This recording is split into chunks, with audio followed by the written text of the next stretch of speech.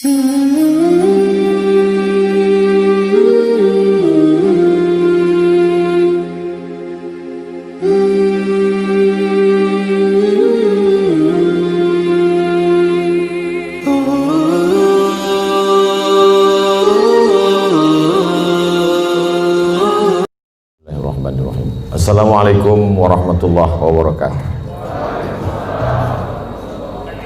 Alhamdulillah wassalatu wassalamu ala Rasulillah wa ala alihi wa sahbihi wa man tabi'ahu wa mawalah. Rabbi shrah li sadri wa yassir li amri wa hlul 'uqdatam min lisani yafqahu qawli. Yang sama-sama kita hormati Bapak Dewan Komisaris Bank Sumut, Bapak-bapak Direktur Bank Sumut, karyawan, pegawai, tak dapat saya sebut satu persatu. Insyaallah kita semua dimuliakan Allah Subhanahu wa taala. Amin ya rabbal alamin. Anak raja naik sampan, baju bagus bukan untuk pamer. Bagaimana tahu muka tampan kalau muka ditutup masker? Itu pantunnya baru dapat aja tadi. Jadi sekarang ini banyak orang yang galau, yang tak punya duit galau, yang punya duit makin galau. Karena begitu banyak orang yang meninggal karena COVID-19. Itu yang datang itu baru COVID-19, belum COVID-20, belum COVID-21. Oleh sebab itu maka menghadapi ini tidak ada cara dan jalan lain kecuali berserah diri kepada Allah Subhanahu wa taala. Kita diajarkan Nabi Muhammad SAW, mau ada COVID walaupun tak ada COVID, keluar dari mulut kita itu sama.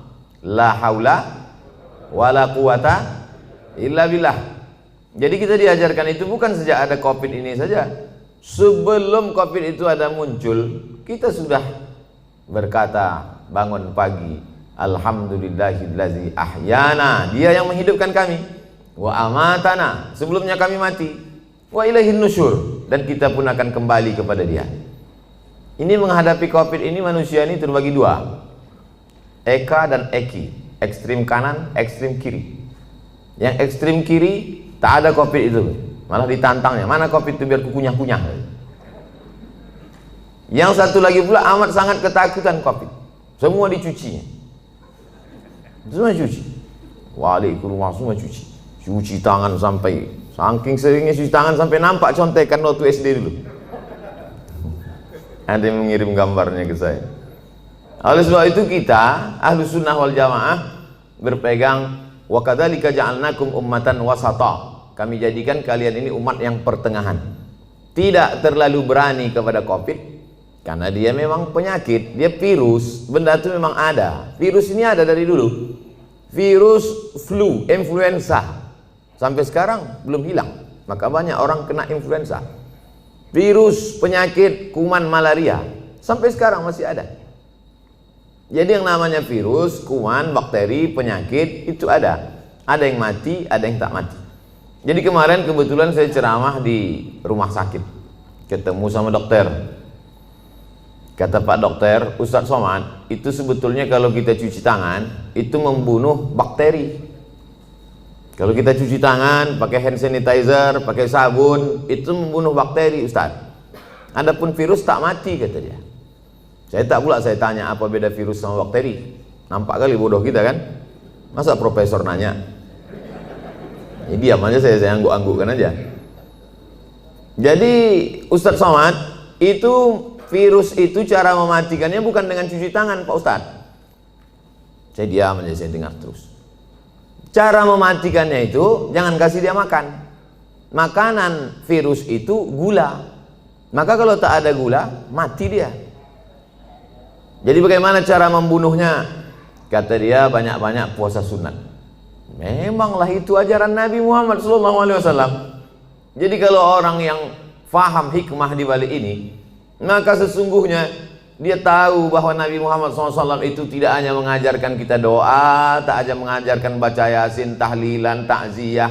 Bukan hanya itu, bahkan sampai ke virus, bakteri, pandemi, wabah abad 21 pun sudah diajarkan Nabi sejak 14 abad yang silam. Apa kata Nabi?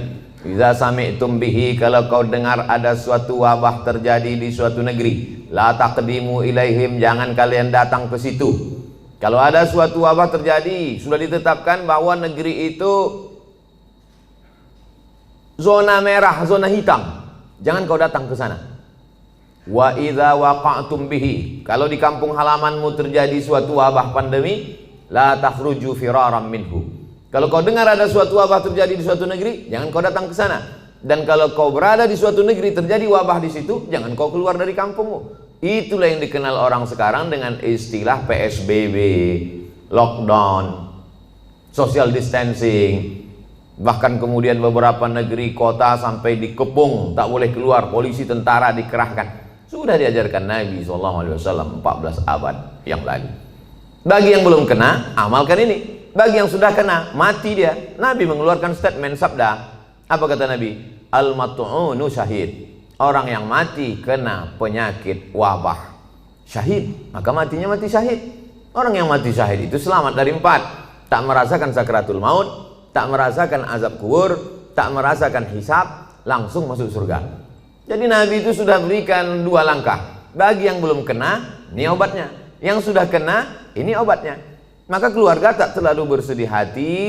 Kenapa? Karena saudaranya, keluarganya, bapaknya, ibunya, anaknya, neneknya, keponakannya, jirannya, sahabatnya itu meninggal dunia dalam keadaan syahid. Dan bagi yang masih hidup, kita diajarkan untuk melakukan langkah-langkah social distancing, protokol kesehatan. Makanya saya tak berani kalau ceramah tausiah di tempat yang tak bisa dibuat protokol kesehatan. Nah, adapun di sini bisa Ustadz nanti di Wang Sumut, nah, kita tengok dulu ada tak protokol kesehatan. Ternyata lengkap semuanya. Begitu datang tak bisa dikenali mana direktur, mana, sama semua mukanya, tutup muka. Biasa dulu saya ke Medan ini disambut dengan tola al-badul alaina, solawat, salatullah, salamullah. Tapi begitu datang sini tidak, begitu datang langsung tembak. Masih syukur segan dia tak tembaknya kening tangannya. Kalau tempat lain langsung pang kening. Habis itu tempat duduk berjarak, pakai masker. Artinya apa? Kita tidak terlalu cemas sekali, tapi kita juga tetap menjaga ini. Jangan terlalu takut kali, jangan pula terlalu berani kali. Nah, kita tetap macam biasa aja. Coba kalau kita terlalu cemas, terlalu takut, terlalu ngeri, iman kita jatuh, imun kita turun, di situ dia masuk. Jadi agak beranikan sedikit, biar jangan apa kali COVID itu. Begitu kalau orang Medan. Kalau orang Jakarta kan kalau ada AC mati kan dibilangnya, lu tolong hidupin tuh AC biar agak dinginan dikit. Kalau orang Medan enggak, Pak, tolong kau hidupkan apa itu biar jangan apa kali.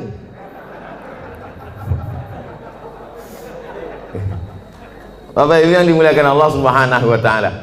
Qul, katakanlah, lan yusibana illa ma kataballahu lana. Tidak ada yang menimpa kita kecuali sudah ditetapkan Allah Ta'ala untuk kita. Itulah rukun iman yang ke-6. Percaya kepada Allah, percaya kepada malaikat, percaya kepada kitab, percaya kepada Rasul, percaya kepada hari kiamat, percaya kepada takdir baik dan takdir buruk. Akhbirni anil iman. Apa itu iman, wahai Muhammad sallallahu alaihi wasallam? Antu'mina billah wa malaikatihi wa kutubihi wa rusulihi wal yawmil akhir wa biqadri khairihi wa syarrihi, percaya kepada takdir baik, takdir buruk. Tapi ini masalah takdir ini kita mesti dalam menyikapi takdir kita ada al-kasbu wal ikhtiar, ada usaha. Dengan penuh kesadaran kita tak pakai masker, tak social distancing, tidak cuci tangan, tidak pakai hand sanitizer, itu bukan tawakal. Itu bodoh yang terlalu diperlihatkan.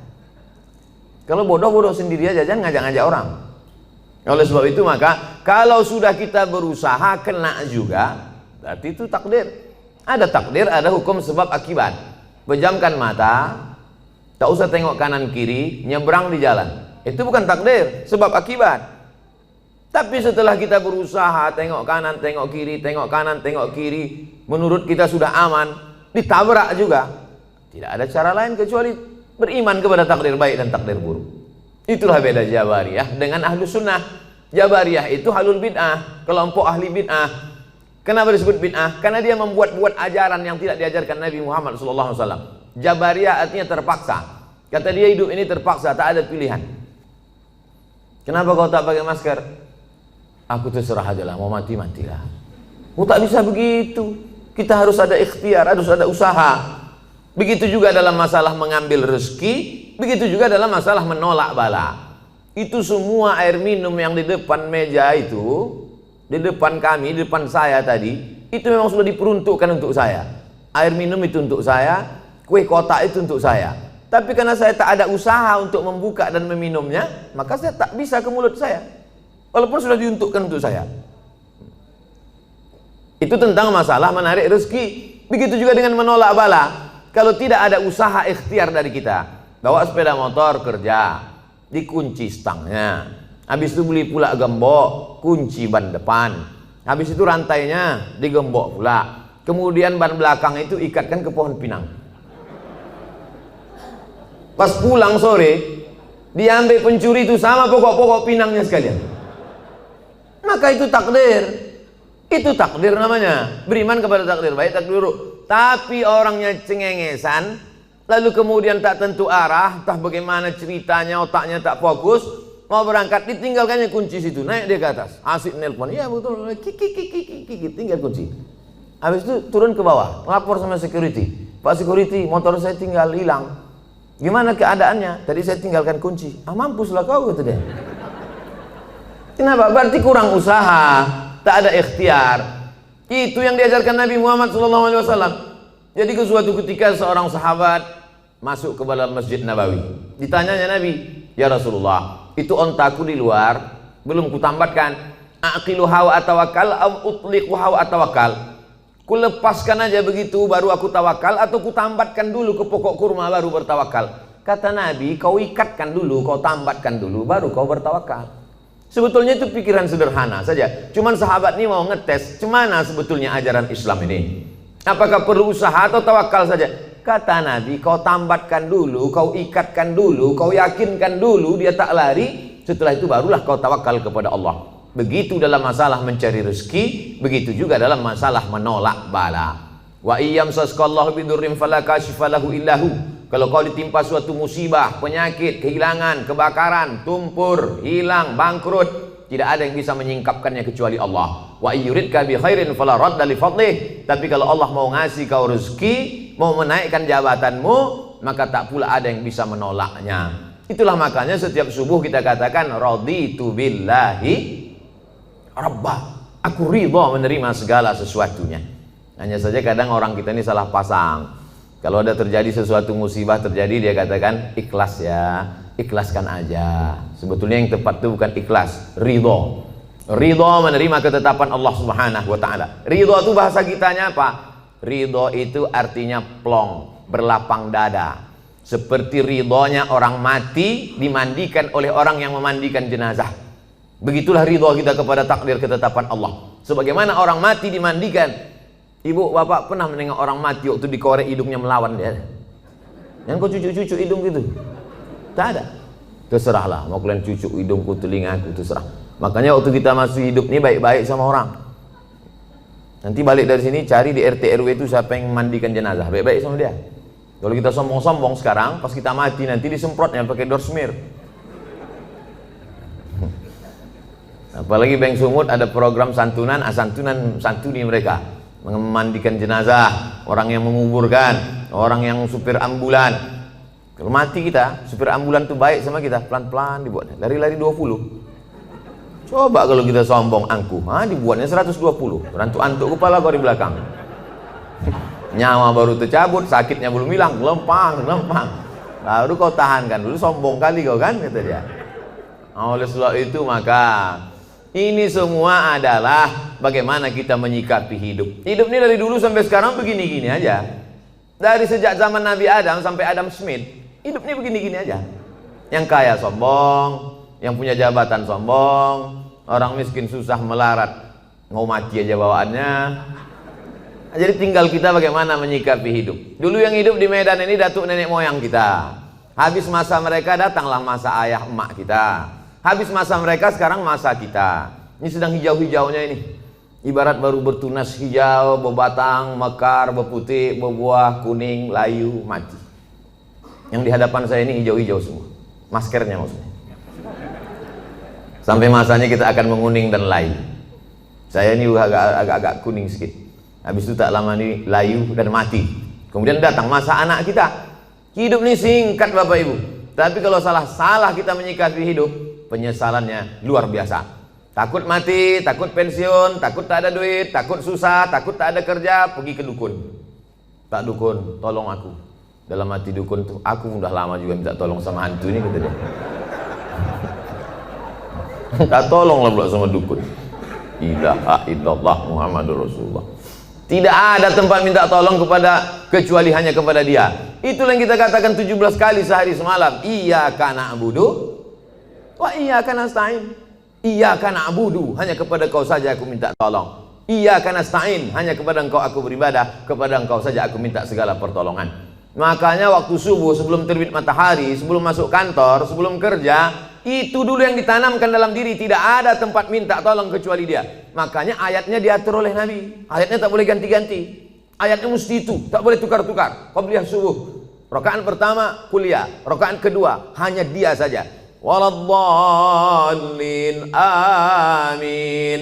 Qul huwallahu ahad. Esa, tunggal tak berbilang. Minta hanya kepada dia. Allahus. Jangan ragu-ragu ucapkan. Allahus samad. Coba tengok terjemahannya. Allahus samad, hanya dia saja tempat bergantung. Jangan bergantung kepada kawan. Hari ini kawan, besok berubah menjadi lawan. Jangan bergantung dengan atasan. Besok masanya berganti atasan, berubah dengan yang lain. Jangan bergantung dengan siapapun. Ibu jangan terlalu bergantung dengan bapak. Nanti bapak itu kawin lagi, ibu stres. Provokator Ustaz nih. Enggak. Aku cuman, beban ini sama-sama berat. Tapi kalau kita siap dengan tak siap, itu beda. Kita tak siap menerima beban ini, akhirnya kita down, jatuh. Ini ada semen. Kita tanya dulu, beratnya berapa? 1 sak. Yakinkan bahwa 1 sak itu 50 kilo. Sehingga ketika dia datang, kita siap. Jangan kita tanya sama Ustaz, Ustaz, 1 sak zakat fitrah itu berapa? 3 kilo. Itu 1 sok. Disangkanya 3 kilo, pas ditimpa, tumbang, jatuh, mati. Ya kalau mati langsung, kok setengah mati? Stroke 6 bulan? Berkulit-kulit mata, tak mati-mati. Datang Ustaz Somad, suruh baca doa. Baca Yasin 3 kali. Alhamdulillah Pak Ustaz, udah mati. Oleh sebab itu Bapak Ibu yang dimuliakan Allah, semua kita ini mati. Tak ada yang tak mati. Michael Jackson berapa duitnya mau menyogok Tuhan supaya tak mati? Tak bisa. Dibuatkannya sudah 1 kapsul supaya dia masuk ke dalam, supaya malaikat maut tak masuk ke dalam. Sudah disebutkan Allah dalam Quran. Aina ma takunu yudrikumul maut. Dimanapun kau berada, kematian akan datang menjumpai kamu. Bukan kita mencari mati itu. Mati itu datang menjumpai kita. Coba tengok bunyi ayatnya. Yudrikumul maut. Mati itu datang menjumpai kamu. Jadi kalau ada orang hari ini petantang-petantang, mana mati itu? Sini, sini. Sabar aja kau. Kalau memang udah datang, nanti tak usah kau panggil, datang juga dia. Yudrikumul mautu, kematian datang menjumpai kamu, walau kuntum fi burujim musyayyadah, walaupun kau berada di tempat peti yang kokoh. Karena dulu orang kafir musyrik jahiliyah itu dipakunya kotak, masuk dia ke dalam, ditanya sama kawannya, kenapa kau dalam? Mudah-mudahan malaikat maut tak bisa masuk ke sini. Aina matakunu, dimanapun kau berada. Mati jangan dicari, mati tak perlu kita cari. Tapi kita bersiap apa yang akan kita bawa untuk mati menghadap Allah Subhanahu wa taala. Lan tamuta nafsun qabla an tastakmila rizqaha wa ajalaha. Orang tidak akan mati sebelum 2 penuh. Rezekinya penuh, ajalnya penuh. Asal sudah penuh, jalan. Kita ini macam truk. Selama belum penuh, berhenti dia. Asal sudah penuh, jalan. Abdul Somad belum penuh lagi. Bapak-bapak di depan sama ibu ini pun nampaknya belum lagi penuh. Asal sudah penuh. Makanya wafat itu artinya penuh. Wafat artinya penuh. Kemana si Anu? Udah penuh Pak Ustaz, udah jalan duluan.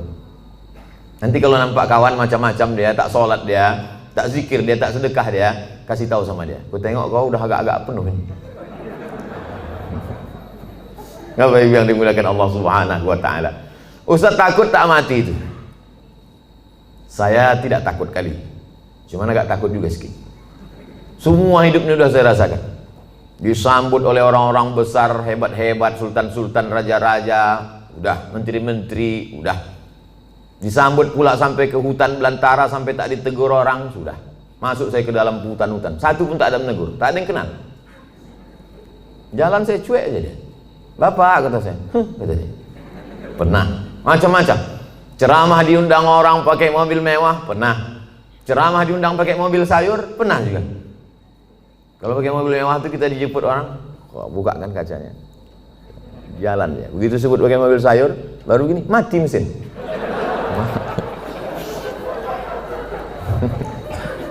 Macam-macam hidupnya sudah.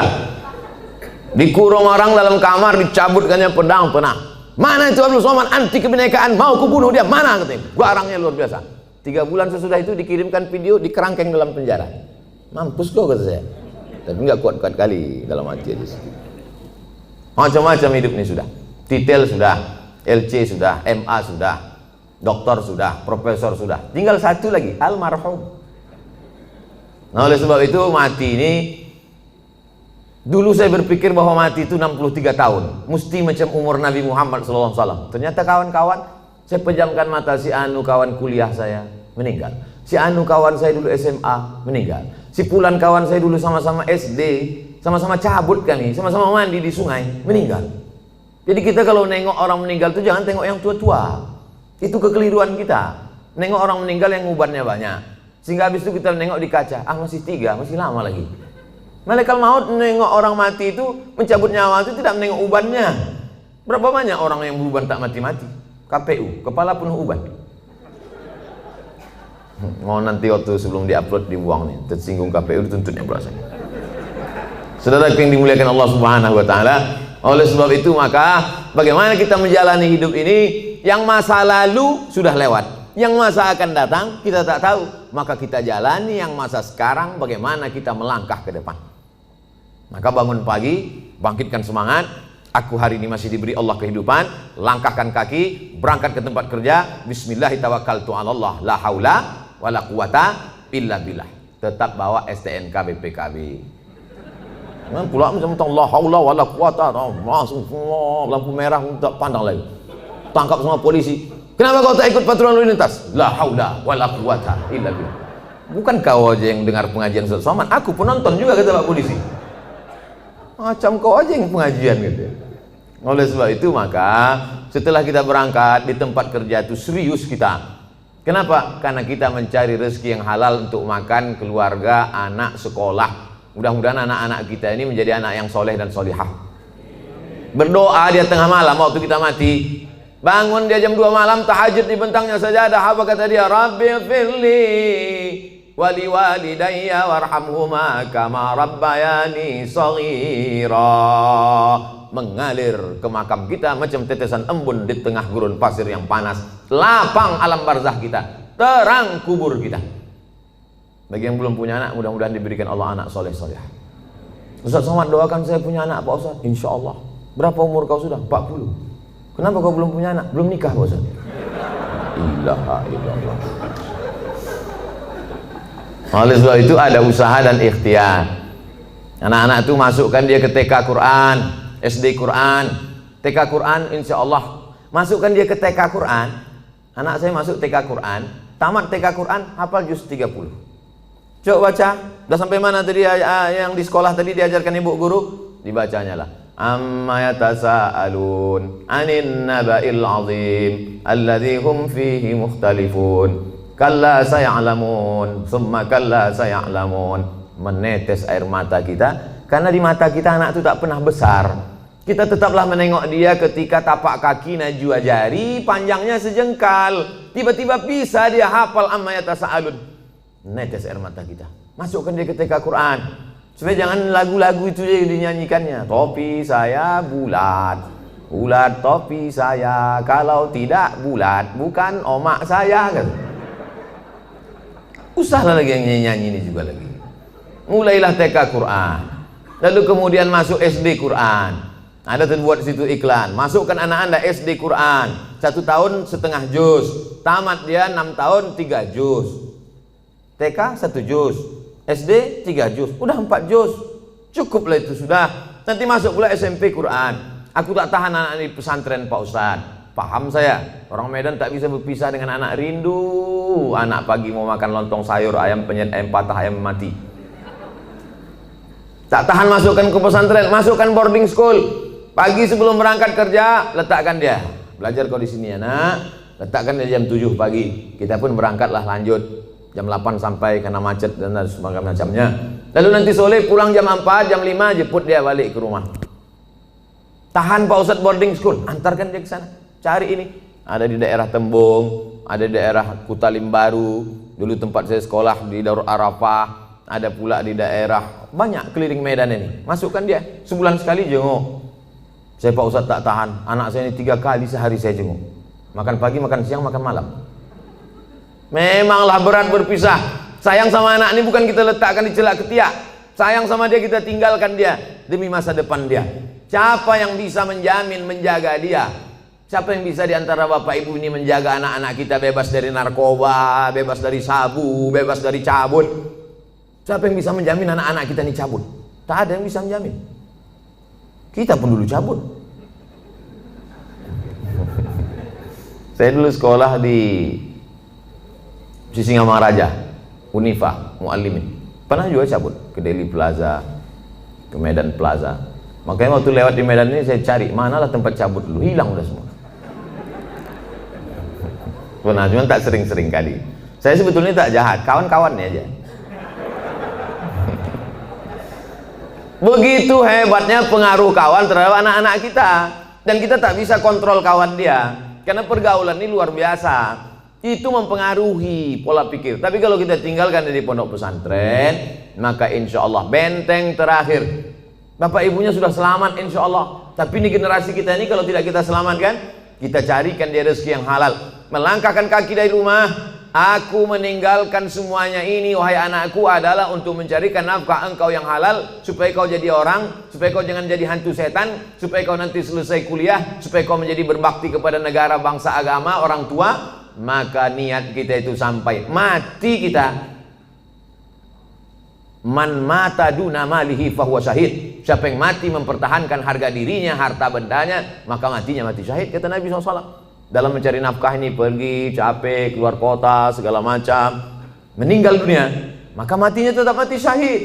Syahid itu tidak hanya orang yang berjuang fisabilillah di Palestina, tidak, tapi orang yang mencari harta yang halal. Oleh sebab itu tetap semangat. Ini banyak orang yang memisahkan diri. Kalau di masjid, semangat. Kalau sedang umroh, semangat.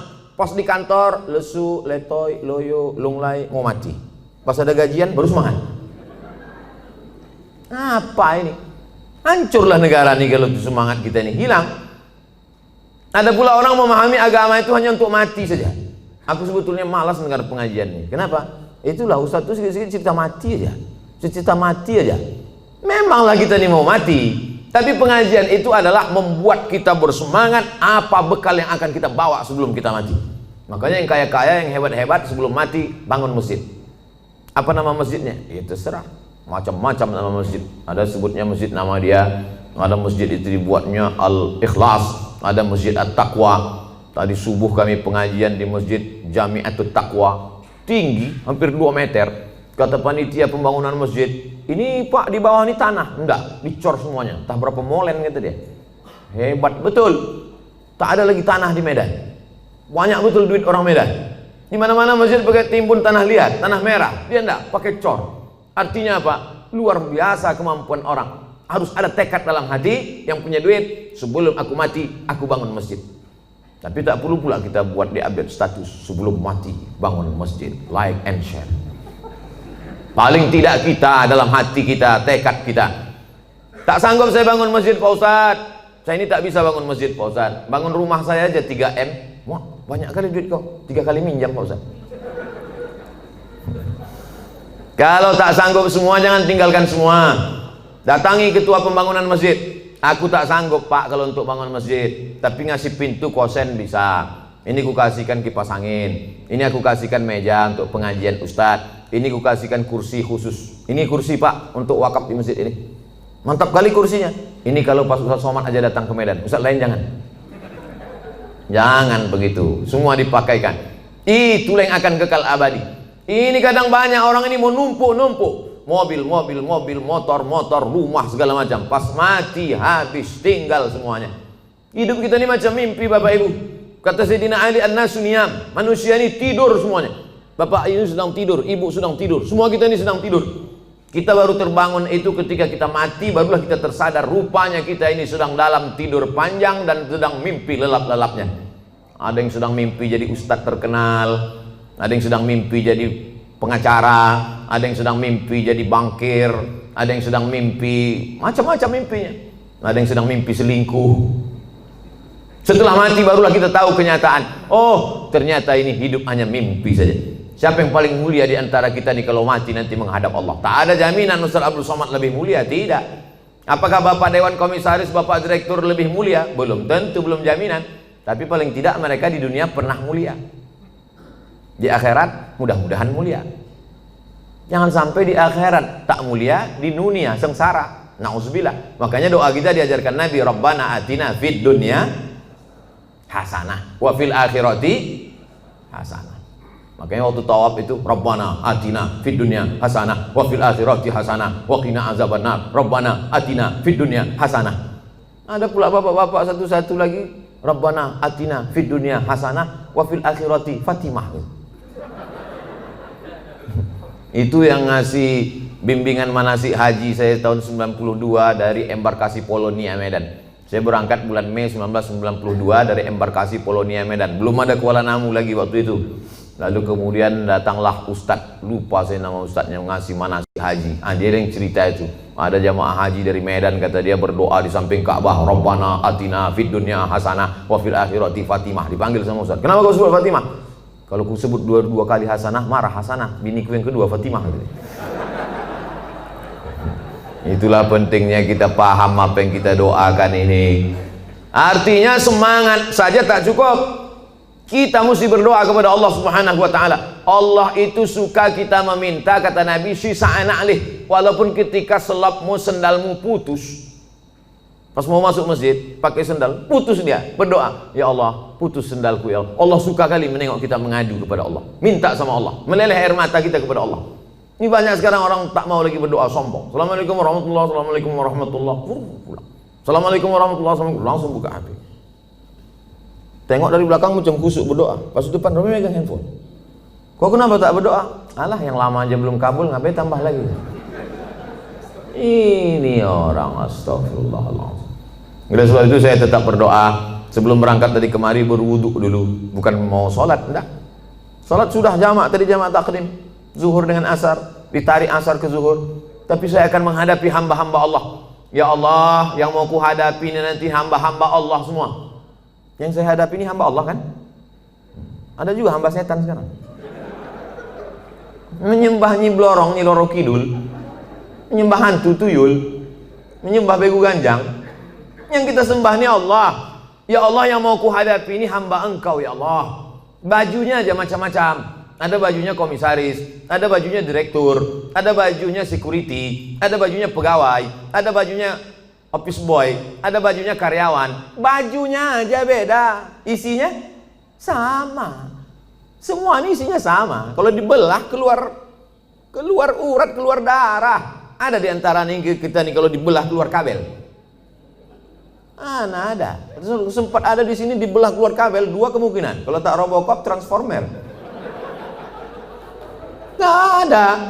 Selama masih ada kulit, ada darah, ada daging, berdetak jantung, berarti jantungnya. Semua kita nih casingnya aja macam-macam, jantungnya sama. Makanya saya kadang dikritik jamaah, Ustaz ceramah bajunya itu terus, pakailah baju lain. Saya pakai baju. Batik dari mana tuh Pak Ustaz? Batik Tapanuli Selatan. Mereknya Pak Ustaz Casio, dikasih orang. Saudara yang dimuliakan Allah Subhanahu wa taala. Baju kita aja, casing kita aja yang beda. Isinya di dalam sama, tetap jantung tuh yang berdegup, yang berdetak. Berdegup, berdetak. Begitu kalau orang kerja di bank. Kalau orang utang nasabah baru agak kencang sedikit tuh.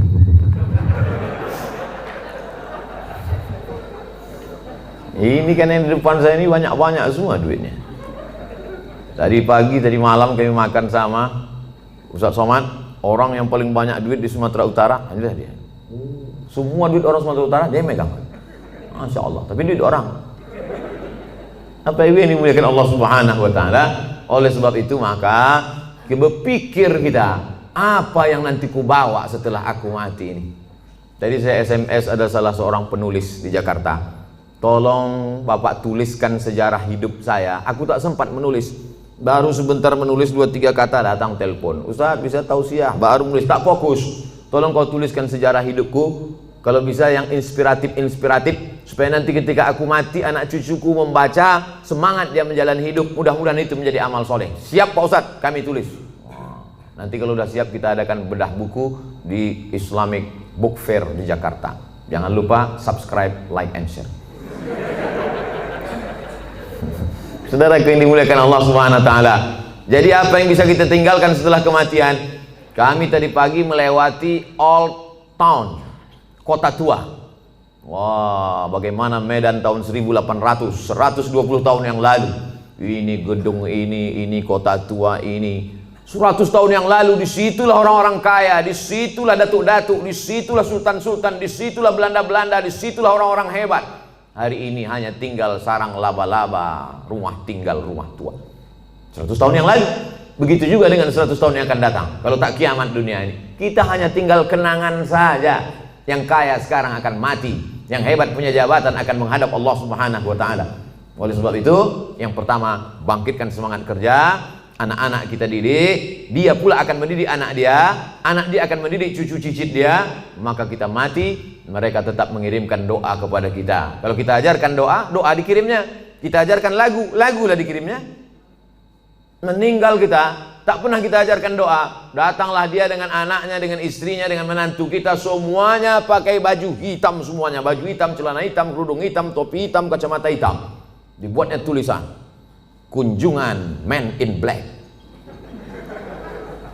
Tapi kalau kita ajarkan dia, Bismillahirrahmanirrahim, Yasin wal Qur'anil Hakim, innaka laminal mursalin ala siratim mustaqim, tanzilal azizir rahim, iqra'uha ala mautakum.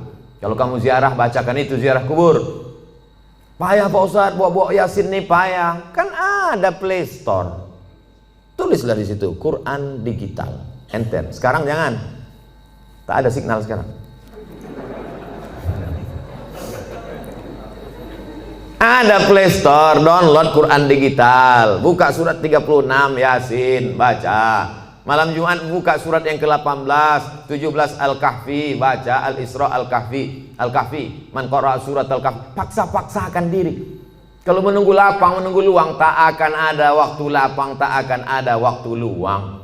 Nantilah Pak Ustadz, udah agak-agak besar anak sedikit, nanti waktu lapang luang baru saya baca Quran. Tak ada. Sempat-sempatkan diri dari sekarang. Ibu-ibu alhamdulillah menyempatkan diri pengajian.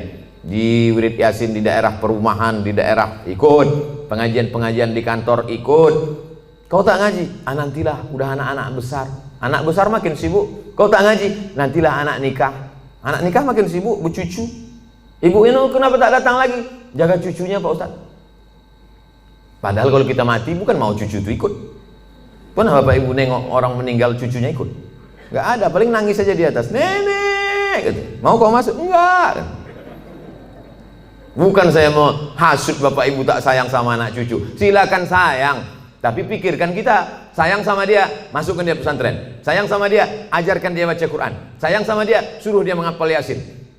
Yang paling bagus baca Yasin. Kalau tak bisa baca Yasin, baca di bawah Yasin Al-Fatihah, Qul huwallah 11 kali, Qul a'udzu falaq sekali, Qul a'udzu nas sekali. Ziarah kubur. Kemarin saya ziarah ke makam abang saya Pak Ustadz. Cemana Bapak?